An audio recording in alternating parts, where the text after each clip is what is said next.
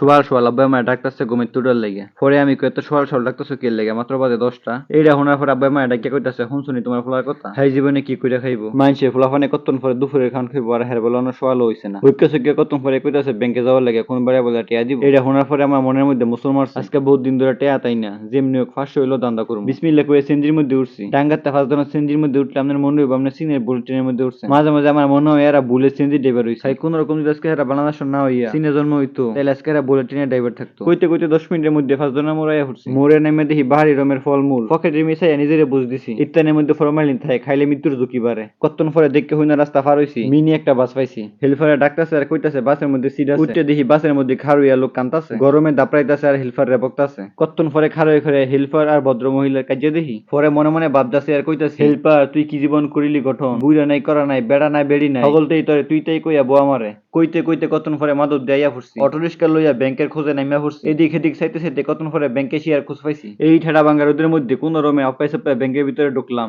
মনে হইতাছে জাহান্নাতের বাগান হইয়া বইলাম। অবশেষে কতক্ষণ পরে চেকটাও জমা দিলাম। জমা দেওয়ার কতক্ষণ পরে লোকে কয় এই অ্যাকাউন্টে টেয়া নাই। এইটা শোনার পরে আমার কাছে মনে হয়েছে পিছন থেকে মাথার মধ্যে বাড়ি মারছে। কয়েক মিনিটের লেগে আমি হ্যাং মেরে বইয়া ফুটছি। এই 500 টাকা শোকে আমি রাতের ঘুম হারাম করছি।